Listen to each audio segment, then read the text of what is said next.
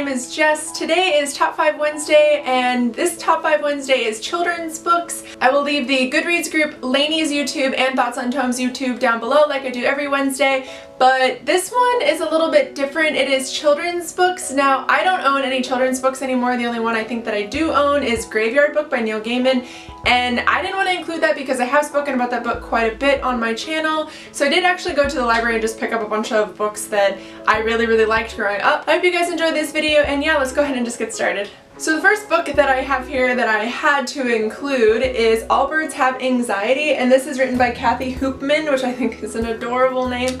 But yeah, this is just straight up a children's book that has a bunch of different birds. But I thought this was super cool when I saw this, just because I think that it is good to let children know about things like anxiety, and I know she writes books about autism and things like that in the form of like children's books, obviously for kids, and I think that is really great, so I could not pass up including this book. Alright, now getting more into the books that I actually read when I was younger, I did include Where the Sidewalk Ends by Shel Silverstein. I don't know anybody who didn't read these. I thought that these were really great growing up. I loved all of the little illustrations. I do really enjoy this book, and it brings back a lot of nostalgia, and I do love every single book that Shel has ever written, so this was really cool to see because I don't own this anymore, and I think I am going to go ahead and actually pick up my own copy of it.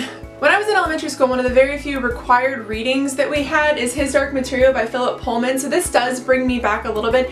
I do not remember these books at all. I don't remember what happens because I was super little. I had to have been in like second grade, I think, when I read these, but I do still own them, and I am thinking about rereading them. I've heard good things about them, but I've also heard that people really don't like them either, so I don't know if I'm going to reread them, but I kind of want to. But yeah, these definitely bring me back to being like super short, little tiny Jess, so it was really great that I did still own these.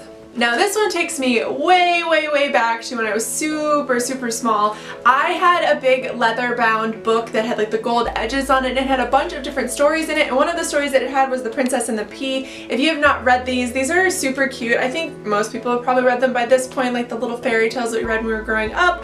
It's about a prince that is essentially searching for his queen, like his soon-to-be queen, like somebody he wants to marry, and he puts a pea underneath all of these mattresses, and he says the girl who can feel the pea all the way through these mattresses that'll be the one that he marries. So this is the story that reminds me the most of being a child, like a very small child. So when I saw this, I just had to grab it.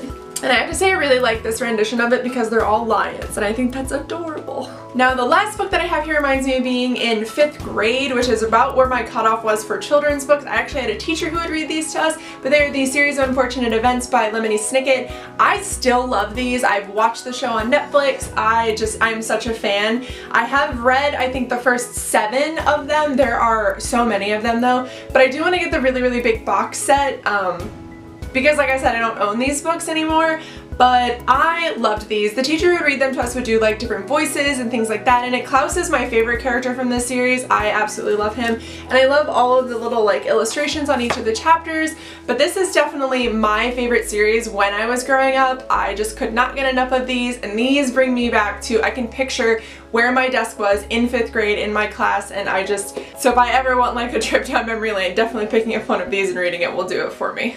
Alright guys, that is it for today's Top 5 Wednesday. Like I said, I will leave all the links down below in my description. I hope you guys are doing well. Subscribe if you are not subscribed already, and I will see you in my next one. Bye!